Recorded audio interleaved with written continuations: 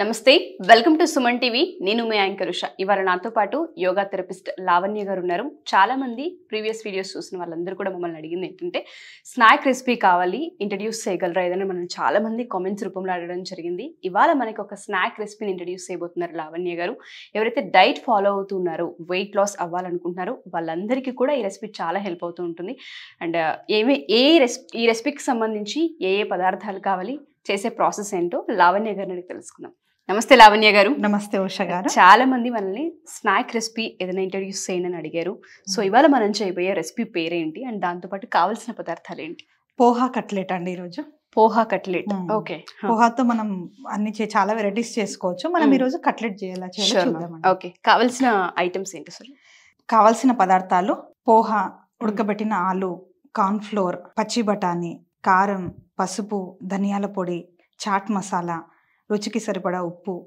And మనం vegetables లో కనుక చూస్తే క్యారెట్ తురుము క్యాప్సికమ్ కొద్దిగా అల్లం తురుము కరివేపాకు పచ్చిమిర్చి ఇవన్నీ కూడా మనం తీసుకోవాలి sure ma'am done and process ఏంటి అసలు ఏ విధంగా చేయాలి ముందుగా మనము ఈ పోహాని మనం కరెక్ట్ గా నీట్ గా కడుక్కోవాలండి ఓకే కడుక్కున్న తర్వాత దాన్ని మొత్తం మంచి స్మూత్ గా పేస్ట్ అవుతుంది అందులో మనం పొటాటో పేస్ట్ వేసేసి కలుపుకోవాలి sure ma'am okay process start చేద్దామా యా వేసేనా లేదు ఓకే ఫస్ట్ వాష్ చేయాలన్నారు కదా పోహాని మనం నీట్ గా కడుక్కోవాలండి వీటిని ప్రత్యేకించి ఉడకబెట్టక్కర్లేదంటారా లేదండి డైరెక్ట్ అంటే వాటర్ అయిన వేసిన వెంటనే అది మెత్తగా అవుతుంది కాబట్టి ఇంకా అక్కర్లేదు ఓకే ఇప్పుడు కట్లెట్ అంటే మనకు మెత్తగానే వస్తాయి కాబట్టి మనం మంచిగా కాలి నానబెట్టుకొని తీస్తే సరిపోతుంది ఓకే 1 to 2 minutes అండి మనకు తెలిసిపోతుంది మెత్తబడుతున్నాయి అనగానే మనం తీసేసేయాలండి మనం ఒకవేళ పోహాకి అట్లా చేయాలి అని అంటే మనం ఉప్మా లాగా చేసుకుంటాం కదా అట్లా చేసుకుంటే కొంచెం ఎక్కువగా మెత్తబడదు బట్ ఇక్కడ మనకు కట్లెట్ కాబట్టి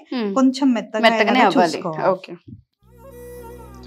ఇప్పుడు మెత్తబడినాయండి ఇప్పుడు మనం ఈ వాటర్ లో నుంచి పోహాన్ మొత్తం బయటకు తీసుకోవాలి గట్టిగా మనం వాటర్ మొత్తం తీయనక్కర్లేదు నార్మల్ గా తీసుకుంటే సరిపోతుంది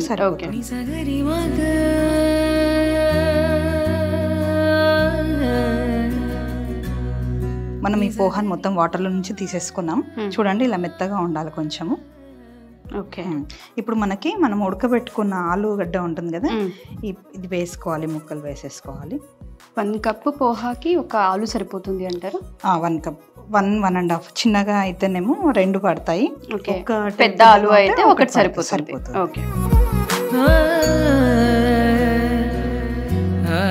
ఇప్పుడు మనం మిగిలిన ఇంగ్రీడియంట్స్ అన్ని వేసుకున్నామండి తర్వాత క్యాప్సికమ్ ముక్కలు మొత్తం వేసేయండి క్యారెట్ తురుము సన్నగా తరుక్కున్న పచ్చిమిర్చి సరిపోతుందండి ఆనియన్ అన్ని కూడా చిన్నగా ముక్కలు తరుక్కోవాలండి తర్వాత కరివేపాకులు కూడా మనం వేసుకున్నామండి దాని తర్వాత పచ్చి బఠానీ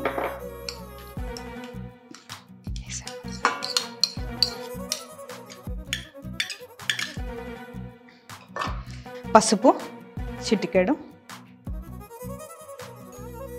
కారం మనం పచ్చిమిర్చి వేసుకున్నాం కాబట్టి కారం కొద్దిగా వేసుకుంటే సరిపోతుంది తర్వాత చాట్ మసాలా 1 టీ స్పూన్ ఆ ఫ్లేవర్ రావడానికి కట్లెట్ ఫ్లేవర్ రావడానికి చాట్ మసాలా దాని తర్వాత ధనియా పౌడర్ 1 టీ స్పూన్ రుచికి సరిపడా ఉప్పు ఎస్ సో ఇప్పుడు ఇవన్నీ ఇలా వేసుకున్న తర్వాత ఓవరాల్ గా మిక్స్ చేసుకోవాలండి ఎవరైతే పిల్లలు చాట్ కావాలంటూ ఉంటారో పెద్దవాళ్ళకి క్రేవింగ్ ఉంటూ ఉంటుందో బయట పానీపూరి బండి చూసిన వెంటనే గుర్తొచ్చేది చాట్ మసాలా ఎప్పుడెప్పుడు తిందామా అని ఉంటుంది ఆ ఫ్లేవరే వాళ్ళని అక్కడి వరకు తెప్పిస్తూ ఉంటుంది అవును అదే ఇంట్లో అయితే ఏవైతే మనం పిల్లలకి పెట్టాలి అనుకుంటున్నామో ఇప్పుడు కరివేపాకు కావచ్చు చూడగానే తీసి పక్కకు పెడుతూ చాలా మంది పిల్లలు అవాయిడ్ చేస్తారు అండ్ మనం అల్లం కూడా వేసాము చాలా మంచిది ఎవరికైతే థ్రోట్ ఇన్ఫెక్షన్ ఉంటూ ఉంటుందో ఇమ్యూనిటీ బూస్ట్ చేస్తూ ఉంటుంది చాలా హెల్ప్ అవుతూ ఉంటుంది మంచి రెసిపీస్ ఇంట్రడ్యూస్ చేస్తున్నారు లావణ్య గారు చాలా మంది తల్లులకి ఇదో పెద్ద ఊరట చెప్పాలి అంటే అంతే అండి ఎందుకంటే మనకు ఫుడ్ బయట మనం ఏది తీసుకున్నా కూడా హైజీన్ మెయింటైన్ చేయరు ఏ వాటర్ యూస్ చేస్తారో తెలియదు అలాంటి మనం తిని అనవసరంగా ఆరోగ్యం ఇబ్బంది పడే బదులు మనం ఇంట్లోనే ప్రిపేర్ చేసుకుంటే బాగుంటుంది మనం అన్ని వెజిటేబుల్స్ అన్ని వేసుకున్నాం కదా, ఇలా మొత్తం కంప్లీట్ గా పిండిలాగా మిక్స్ చేసి పెట్టుకోవాలి. ఇప్పుడు మనం దీన్ని కట్లెట్ చేసుకుందామండి. ఓకే.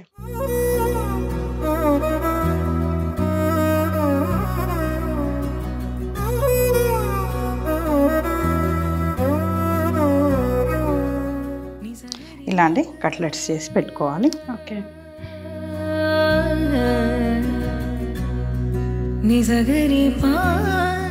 మనం గారెకి ఎలా అయితే చేస్తామో సేమ్ అలాగే అండి. ఇంకా దీన్ని ఎన్నో విధాలు చేసుకోవచ్చు. బ్రెడ్ గ్రామ్స్ యూస్ చేసుకొని కూడా క్రిస్పీగా కావాలంటే అలా కూడా చేసుకోవచ్చు. కట్లెట్స్ అన్ని రెడీ ఉన్నాయండి. ఇప్పుడు మనం స్టవ్ ఆన్ చేసుకోవాలి. ఓకే. స్టవ్ ఆన్ చేసుకొని ప్యాన్ పెట్టుకోవాలి. పాన్ అయితే హీట్ ఎక్కినట్టుంది మ్యామ్. ఆయిల్ తీసుకుందామా? అవునండి, ఫ్రీడమ్ రైస్ బ్రాన్ ఆయిల్ తీసుకుందాము. Okay. Freedom rice bran oil అంటే యూజెస్ ఏంటి? హెల్త్ వైజ్గా మనం చూసుకుంటే ఈ ఫుడ్ సంబంధించి అయితే ఎస్పెషల్లీ పిల్లలకి స్నాక్ ఐటమ్ అనగానే పిల్లలకి మనం ఎక్కువ రిఫర్ చేస్తూ ఉంటాం. ఎవరైతే డైట్ ఫాలో అవుతుంటారో వాళ్ళు కూడా తీసుకుంటూ ఉంటారు. కాబట్టి ఆయిల్ కంటెంట్ ఎప్పుడైతే యూస్ చేస్తూ ఉంటామో హెల్త్కి సంబంధించి ఎటువంటి బెనిఫిట్స్ ఉంటాయి అండ్ ఎక్కువ కొలెస్ట్రాల్ అని భయపడుతూ ఉంటుంటారు. కాబట్టి అడుగుతున్నాను, ఫ్రీడమ్ రైస్ బ్రాన్ ఆయిల్ యొక్క ఇంపార్టెన్స్ ఏంటి? ఆయిల్ అనగానే అందరూ భయపడతారండి, ఎందుకంటే కొలెస్ట్రాల్ ఎక్కువ ఉంటుంది అని, మళ్ళీ బ్లడ్ ప్రెషర్ ఇవన్నీ అని. బట్ మనము ఈ ఫ్రీడమ్ రైస్ బ్రాన్ ఆయిల్ వల్ల మనకి ఫ్యాట్ రెడ్యూస్ అవుతుంది. ఎందుకు అంటే ఇందులో హెచ్డిఎల్, ఎల్డిఎల్ అనే కాంపోనెంట్స్ ఉంటాయి. మన బాడీలో ఉన్న ఫ్యాట్ ని రెడ్యూస్ చేస్తుంది, బ్యాడ్ కొలెస్ట్రాల్ ని తగ్గిస్తుంది, దాంతో పాటు గుడ్ కొలెస్ట్రాల్ ని కూడా ఇంక్రీస్ చేస్తుంది. ఇది completely heart friendly. Okay. And దాంతో పాటు ఇంకోటి ఏంటంటే పిల్లలకి కావచ్చు, డైట్ ఫాలో అయ్యే వాళ్ళు కావచ్చు, ఎవరైనా సరే చాలా హ్యాపీగా ఈ ఆయిల్ ని యూస్ చేయొచ్చు. ఎటువంటి హెల్త్ కి సంబంధించి ప్రాబ్లం అయితే ఉండదు.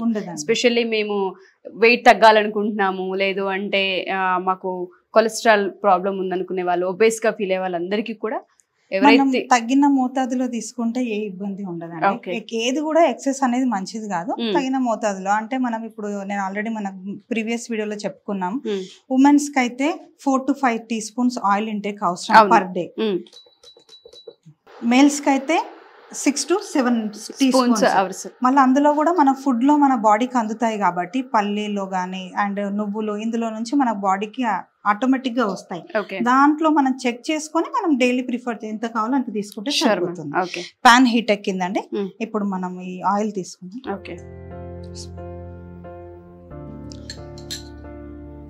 కట్లెట్స్ కి కూడా ఎక్కువ అవసరం ఉండదండి, తక్కువే ఆయిల్. ఒక 2 teaspoons ఆయిల్ వేసుకొని మనం ఈ కట్లెట్స్ ని ఈ కార్న్ ఫ్లోర్ లో జస్ట్ ఇలా డిప్ చేసి వేసేయాలండి, క్రిస్పీగా రావడం కోసం.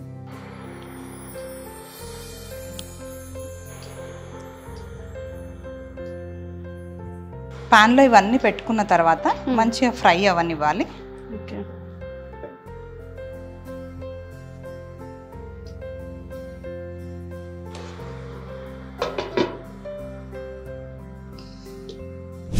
చూద్దామండి ఒకసారి కట్లెట్ కుక్ అయ్యాయా? కుక్ అయిపోయాయండి. దీన్ని మనం తిప్పి వేసుకుందాం. అవసరమైతే ఇంకొక teaspoon ఆయిల్ మనం వేసుకోవచ్చు అండి.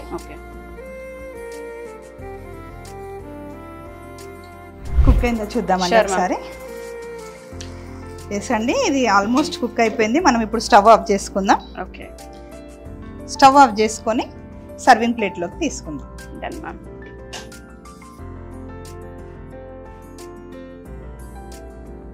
పోహా కట్లెట్ అండి రెడీ. ఓకే, టేస్ట్ చూడండి. Sure ma'am. క్రిస్పీగా ఉంది, చాలా బాగుంది.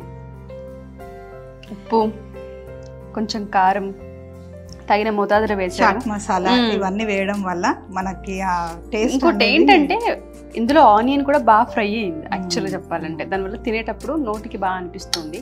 అండ్ రెగ్యులర్గా మనం చెప్పుకునే ప్యాటర్న్లోనే చాలామంది క్యారెట్ మేము తీసుకోలేము, క్యాప్సికమ్ మాకు అలవాట్లేదు, మేము పచ్చి బఠానీ తినలేము, ఉడకబెట్టినా మా వల్ల కాదు అని చెప్తూ ఉంటుంటారు. బట్ హెల్త్ వైజ్గా మనం చూసుకుంటే ఇవి చాలా బెనిఫిట్స్ ఉంటూ ఉంటాయి. కాబట్టి సో ఎవరైనా సరే డైట్ ఫాలో అవుతున్నాం లేదా వెయిట్ తగ్గాలనుకుంటున్నాము, లేదు అంటే కొన్ని ఆహార పదార్థాలు మా పిల్లలకి ఇవ్వాలనుకుంటున్నాం కానీ తినట్లేదు, అది క్యారెట్ కావచ్చు, లేదంటే ఇంకా ఇతర ఆహార పదార్థాలు ఏదైనా కావచ్చు, ఎస్పెషల్లీ వెజిటేబుల్స్కి సంబంధించి పిల్లలు అయితే మారం చేస్తూ ఉంటారు అండ్ వేరే పక్కన పెడుతూ ఉంటారు. వాళ్ళందరికీ కూడా స్నాక్ రెసిపీ ఏదైతే ఉందో కట్లెట్ ప్రతి ఒక్కరు ఇష్టపడే ఒక స్నాక్ ఐటమ్ అని చెప్పుకోవచ్చు. మీరు ఇంట్లో ఈజీగా అండ్ దాంతోపాటు 10 నిమిషాలు మన ఇంట్లో ఉన్న ఐటమ్స్తోనే రెడీ చేసుకునే ఒక మంచి రెసిపీ ఇది. సో దీనికి సంబంధించి డీటెయిల్స్ కావాలి అనుకున్నా, లేదా ఎవరైనా వెయిట్ లాస్ అవ్వాలి అనుకున్నా, యోగాకి సంబంధించి క్లాసెస్ తీసుకోవాలి అనుకున్నా, మీరు కనుక కింద స్క్రోల్ అవుతున్న కాంటాక్ట్ నెంబర్ని కాంటాక్ట్ చేస్తే లావణ్య గారి టీం మీకు పూర్తి వివరాలను అందిస్తారు. Thank you ma'am. Thank you so much.